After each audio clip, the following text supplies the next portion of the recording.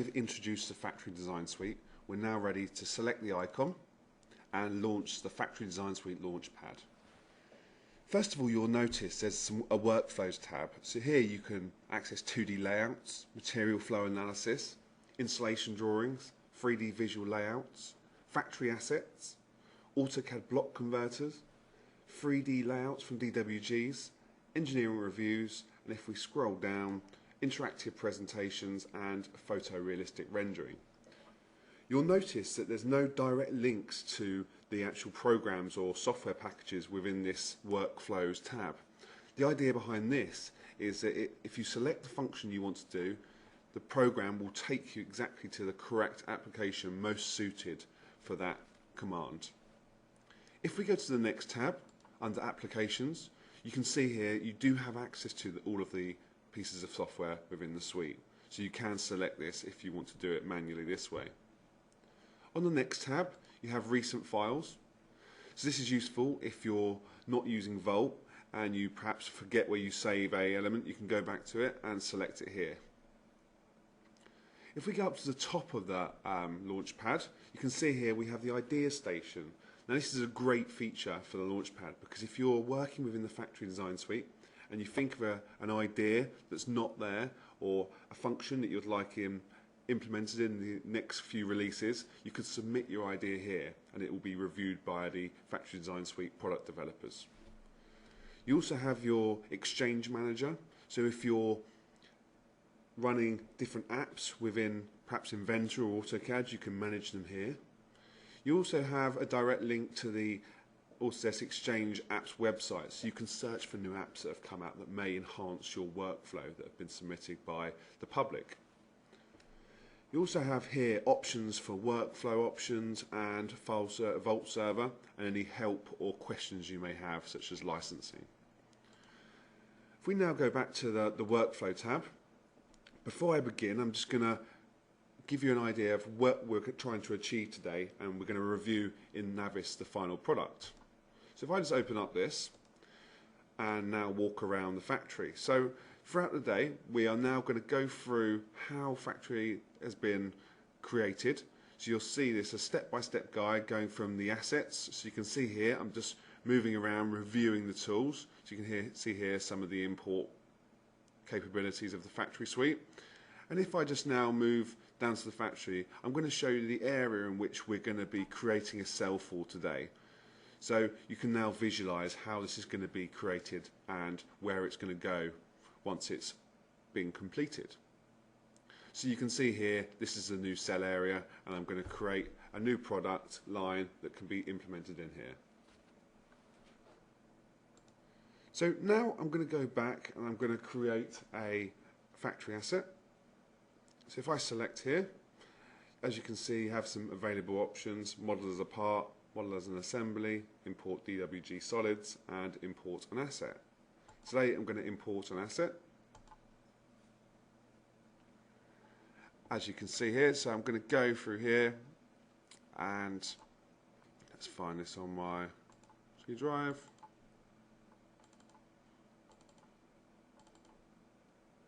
And we're going to open this up.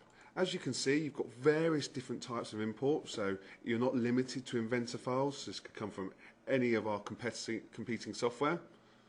So if your suppliers do supply this or machine builders aren't using the same software, it's perfectly possible to import it. So as you can see, this part has now been opened up. If I go to the top tab, if you're already an Inventor user, you'll notice that Asset Builder has now been selected. So this is not present in Inventor or Inventor Professional, and you don't have access to the Factory tab here either, with factory related functionality. If I go to the Asset Builder, so this is taking me in, so I can create this and add it to my library. So it's a typical workflow of left to right, so you can select your landing surface and work your way across and create your final product. I'm now going to select my landing surface. So this is my welding clamp assembly. So you can see here it's automatically created the right configuration. So now when I do create this later or I import it, it's automatically set out. I'm also going to add an insertion point. So this is just going to make my life a little bit easier when I come to placing this part. And I'm going to select OK. So you can see here it's then added to the browser on the left. And I have my landing surface. I can also define my connector. So I can add some connection points. So if I'd like to snap them on, so I'm going to select OK. So that's just a connector point, so if I'm putting them together. And I can also add any properties that I wish to add. So if I wanted to put a new author, so let's put my name. Any other details, the company, and any other parts, then this can easily be done. This could work with BIM or any building information modelling or any details like that.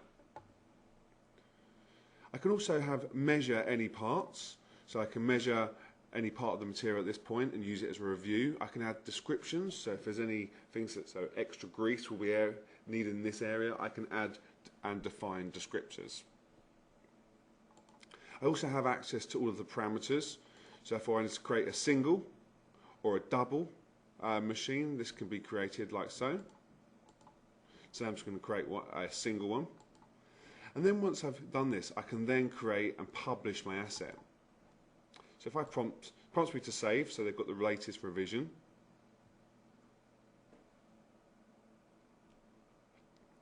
Now I can go into my user assets. So I have actually created some before, and I've created a CAD Fair folder. So if I go into here, and I can save this as my asset name, I can also check for my 2D options. So I can see, so this is when it's going to be created in and what it's going to look like when I open it up from the library within AutoCAD.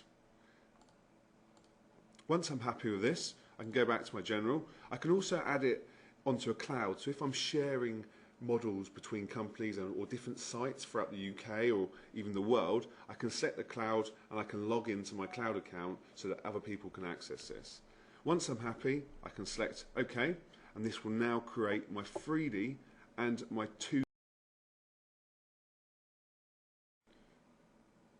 Now that we've created our 3D asset and added it to our library, we can now begin work within a 2D layout. So if I select the 2D layout within the workflow options, this will now take me to the correct piece of software. So this has taken me to AutoCAD architecture. As you can see, it's brought up the user assets.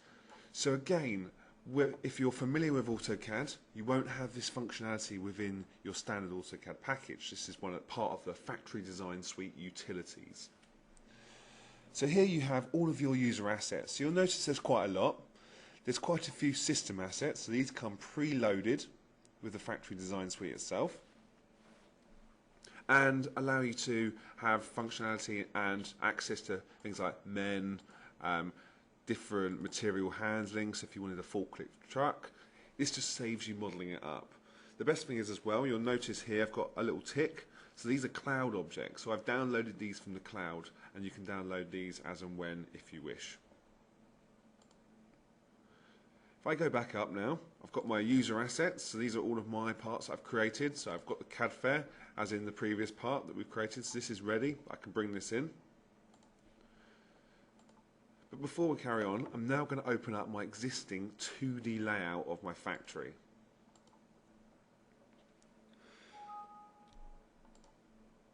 So as you can see, this is a standard 2D drawing. There's no 3D functionality been added to it. I can look at it and interrogate it. So you can see here, just popping it into an isometric view. Let's bring that back.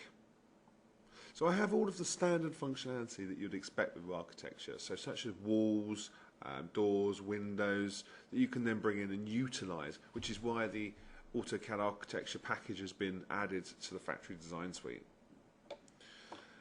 And now I'm just going to zoom in. So you can see here the existing 2D, so I haven't actually got 3D models of these parts yet.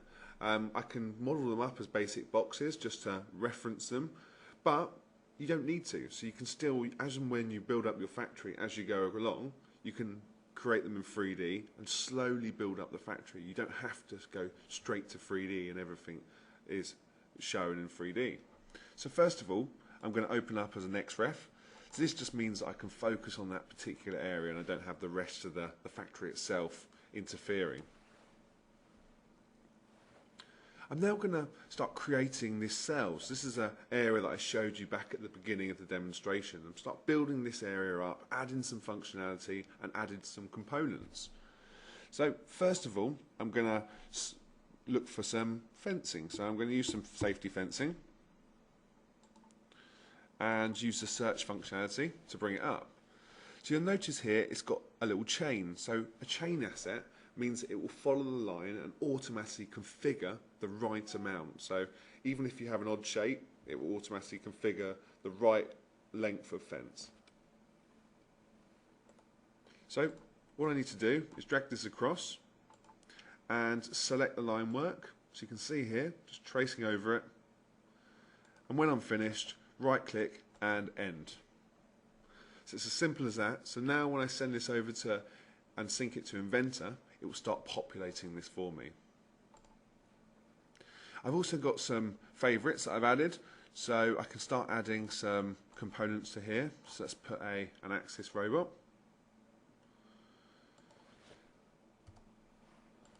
I've got different assets in here, so I've got an asset variant here, so I can change and switch between different sizes. So if you remember at the beginning I showed you that I added a mirror to that welding plant. Well, this is the same case, but this was added with 3 different scenarios. So this could be done through either iLogic or iParts.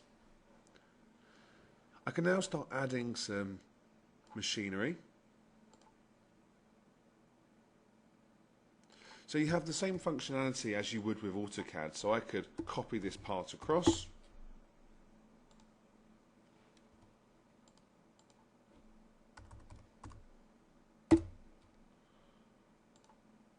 And start positioning them. As you can see, you don't have to be precise at this point. You can just put them in roughly so you can see how they look and whether they look like they're going to fit in or if the cell actually needs to be bigger. So it could almost be as a design validation stage. And if I just go back now, let's go back to my system assets and put my new welding arm in.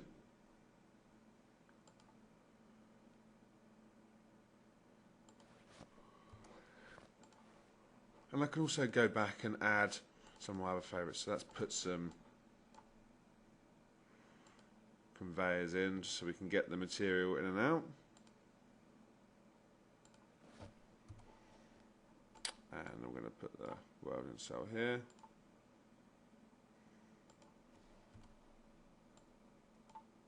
So just copy that.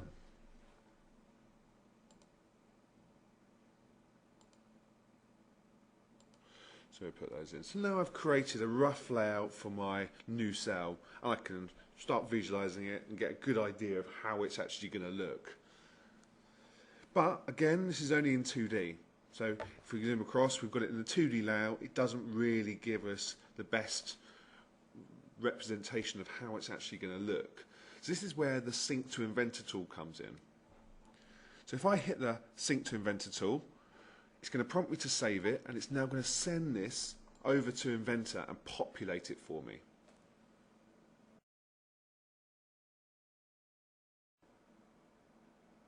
Once we've created our 2D layout and we've checked that the 3D layout works, we can now go back and assess whether the new cell is in the correct position within the factory.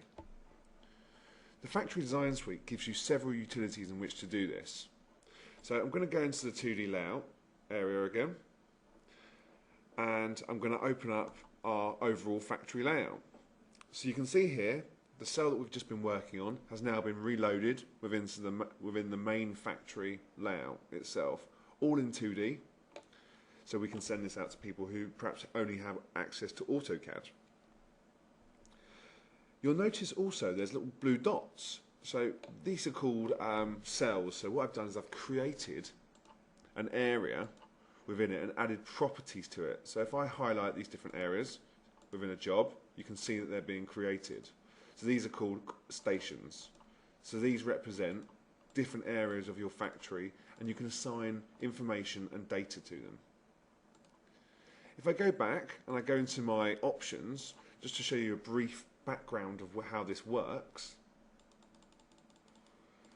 we can go into my factory details. So here you have access to transportation defaults. So you can set up whether you have a human or a forklift, even down to how much they cost per hour or how much they cost to run, with whether they're going bi-directional and their flow type.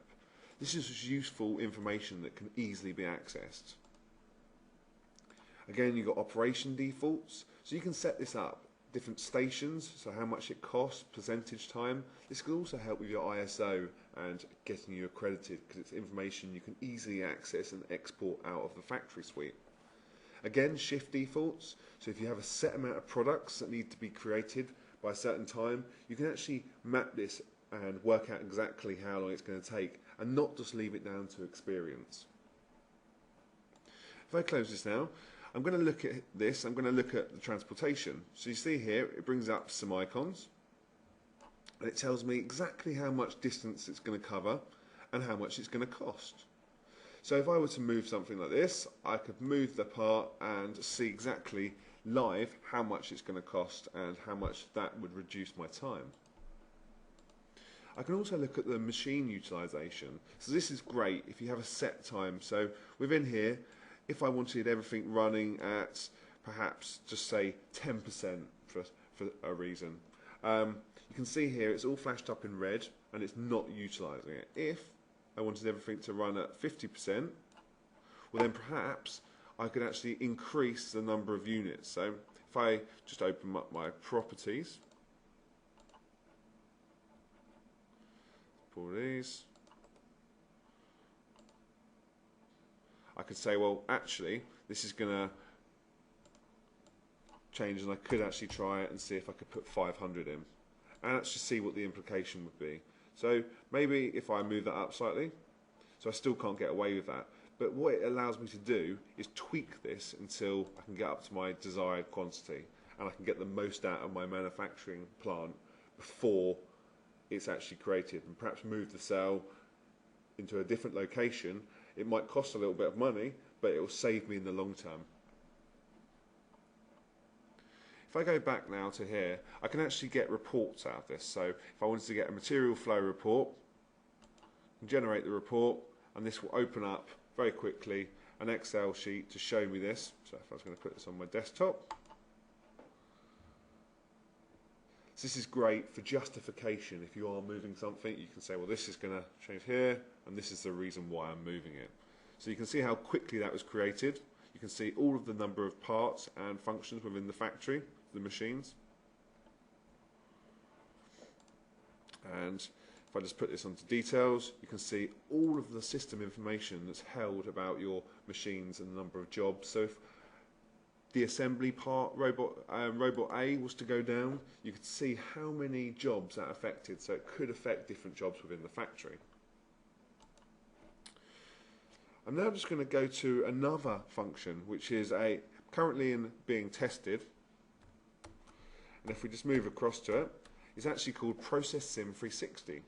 So this is a great tool that's going to hopefully be implemented into the factory design suite as standard in the not too distant future. Currently it's down for beta, so you can test this if you go onto the Autodesk Labs website. So this is great because it allows you to basically do what I've just been showing you, but actually simulate it and see how it's going to function physically. So what I've done here is I've set up a materials handling. You can see on the right I've got all of my asset and properties information. I've got my prep machine, my new testing area, and my new cell that I'm actually looking at the moment. So what I can do is I can play this, and as you can see, it visually shows me how this works. This is great for peace of mind, just to see exactly how it's going and make sure the products are being distributed easily and effectively. Because I've added information such as my setup time, my processing time, and my fix time to see exactly how it works. And just to show physically, and this is great when you're in a meeting to show, right, this is how it works, there's going to be a bottleneck here, or there's going to be, you need to move this machine, or you need to increase the time, or reduce the amount of components that are being set. It just allows you to create informed decisions and actually back up your tasks. So, just going to go back now to the factory suite. If I open up, just going to open up an example, just to show you in simplistic terms. So let's have a look at machine data. So if I were to move this now, and let's just move that back, transportation, just to show you how it gives you a live update. So you can see here, as I'm moving it, it's all updating. So it's actually telling me that it's flashing up red, which is not good, so I'm actually increasing my time. Whereas if I was to bring it even closer to my part, you can see here it's reducing it, so my total travel distance is 16.1. And this means that it's actually more effective, and this could be a positive for the project or layout. Once we have done this and we finished it and we're happy with our layout itself, we can then send it back to Inventor and start adding and building up that factory ready for review.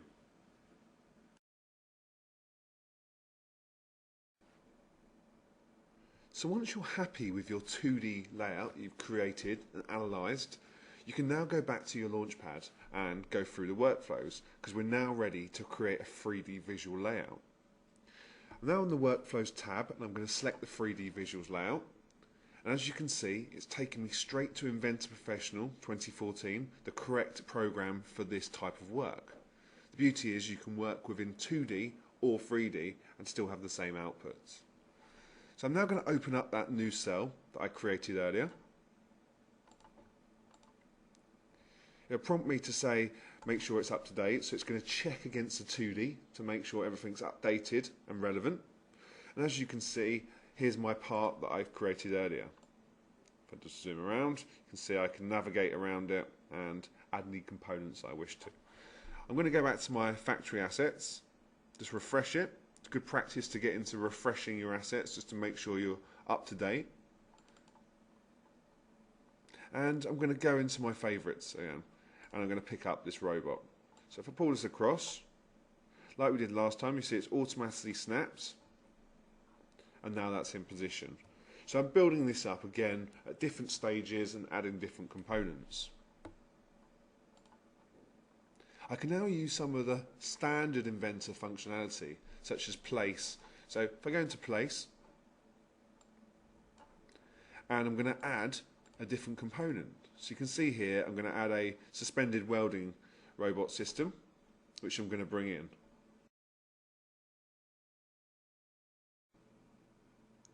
Now that we've created our 2D layouts, we've created our 3D models, and we've also analysed these areas to make sure that it's in the most suitable position, we can now go back to the Navisworks file that I created at the beginning of the demonstration and implement our new cell layout to see whether it fits into its surroundings and whether there's going to be any potential clashes. I'm going to go back to my Workflows tab on my Launchpad and select Engineering Review. So this is going to automatically open up the Navisworks program. I'm going to select Manufacturing Facility, which I had open earlier. So if I just go into our assembly, some of the saved viewpoints that I created. So this is great for remembering where you are if you wanted to send this out as a JPEG. I'm going to select my third person. Let's just zoom in a little bit so we can see, make sure we have gravity on. And let's just slowly navigate round to where the new cell is going to be. So as you can see all these 3D models that have been created. It's been created in exactly the same process I've taken you through today, but built up slowly as and when we've had access to the models. At any point, you can review any area, so I can go into my Review tab, and just quickly measure, convert it to a red line so we can see that's 130, just to check, so any ergonomics or any ergonomic reason I needed to, I can just carry on. Now if I just select walk, I can carry back on and go to my area that I want to implement my new cell. In order to do so, I'm going to use the append functionality within Navisworks. And here's my new cell. I'm going to open this up. Let's just go back to my save viewpoint. And again, for realism, I'm going to add the third person in. Let's just bring my view back. So here you can see the new cell is now in position. So it looks like it's very close to some pipes. So there's a couple of ways you can do this within Navisworks Manage. We can go back to the Home tab and we can check with a clash detection. So this has already been set up, so I'm going to just check with a sprinkler system, because I know from experience this is one of the things that typically there is some clashes. So I could run the test on this, and it will now take me through every single clash within the new cell and the new part. So you can see here it's highlighted them all.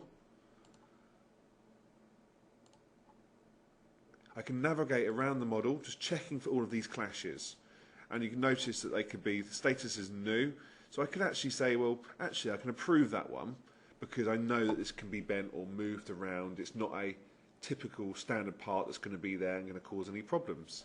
But this does allow me to, in a report, and you can see exactly who approved it and who changed it, so if there is any downstream issues that are caused by not moving this, you know when it's been seen and you know when it's been found. So if I just close that back, I'm just going to go back to my view again and bring back the third person. We also have a functionality called Timeliner here. So this is for all you project managers out there who are interested in how it all functions and and how it's all put together. If we select Timeliner,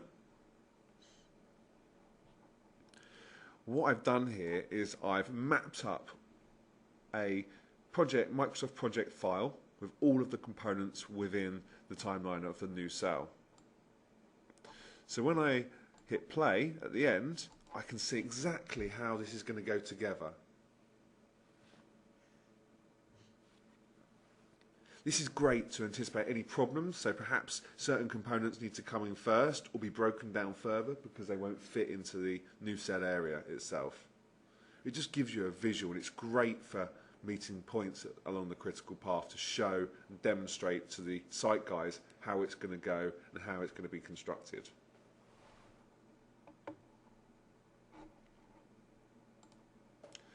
And then once you've done that, you can then send this file out. It's a very small file, so it can be sent out to different members of the team or the sponsor so they can understand the factory, and it can also be stored and used to demonstrate how to walk around the factory or any particular procedures. Once this has been completed, we can then save this file again and reuse it in a program called Showcase, which I'll show you shortly.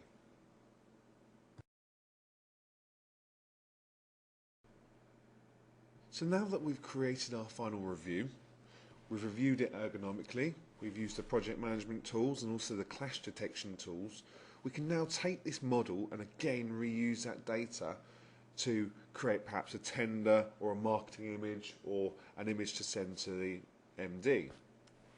Again, I could go through my workflows and select a photorealistic rendering. I've already set this up, so I'm going to go to Applications and just open this up.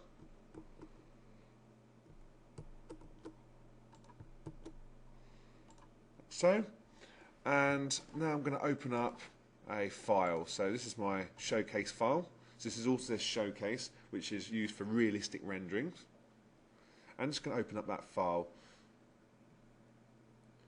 So you can utilize the suite functionality and some of the workflows, so by sending it directly from Inventor to Showcase, so you don't have to worry about saving it out again. It's just keeping that flow consistent, and it will take it across for you and also populate any images or predefined settings that you've set out already. So as you can see, We're now into Showcase. So we've got our new cell, and as you can see, it looks very nice. It's come across with all the materials that are brought across. It's also brought across some shots. So you've got some default JPEGs. We've got some nice visualizations, so orbit visualizations here. One thing to point out is when you do open up Showcase, it reverts back to Windows Basic. This is because it likes to utilize all of the graphics available, give you the best image possible. We've also got some front images, some right images, some free quarter views, and also some nice track lefts. So these are great just to show how it fits into the scenario. If I go back to my default position now, again you've got all the same commands as in Inventor. You can move this around.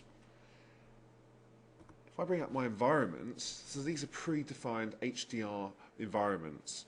So if I was to now select, let's put it in a factory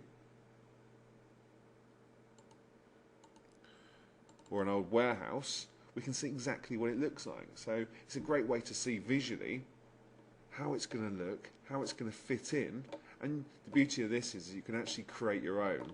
So I can zoom out of here and perhaps use this. So I'm within a factory environment. It looks real. It looks. You can take an HDR image of your own factory and see exactly how it's going to fit in within its environment. You've also got access to materials. So there's about 1,500. So if I was to select this robot, and if I change manufacturer and we now needed a blue robot, I could double click on that and it would automatically change the colour. Here I've brought up all of the properties, so you can change reflections, any highlights or any other details. But if I turn that back now to orange, what I'm going to take a couple of scenarios, so I could turn up and add some alternatives. So I could create a new material lineup. So if I select all and add that material lineup, I could right click and put orange down here. And now if I change this and select all objects with this material, and let's just type in blue, so use the filter functionality. And we'll put a nice shiny car paint on. Select A again, and we can add that into an alternative. So if you are looking at using different variants, it's great because you can quickly and easily create different variants and flick between both of them. So here I can go through and I can create as many as I want. I'm not limited in any way. I can also create show reels, so I can add images, different colours. So when it is tracking left, for instance, we can say, well, what does it look like with a blue one? And you can quickly flick between the two. This is all exportable, and you can save this out into AVIs. So when you're at a design show perhaps and you're showcasing your new machine or any new functionality, you can show how this works. You can also bring across any constraints, so any drive constraints. So for instance, if the machine's moving around, you can bring that across and it will animate it in this way. You can present this, so you can use a presentation mode that allows different users to come on and use it and add and change different colours, but without affecting the integrity of the model. This now concludes the Factory Design Suite webinar. I'm going to be available now for any questions you may have, but hopefully that's given you a good insight into the Factory Design Suite. Thank you for your time.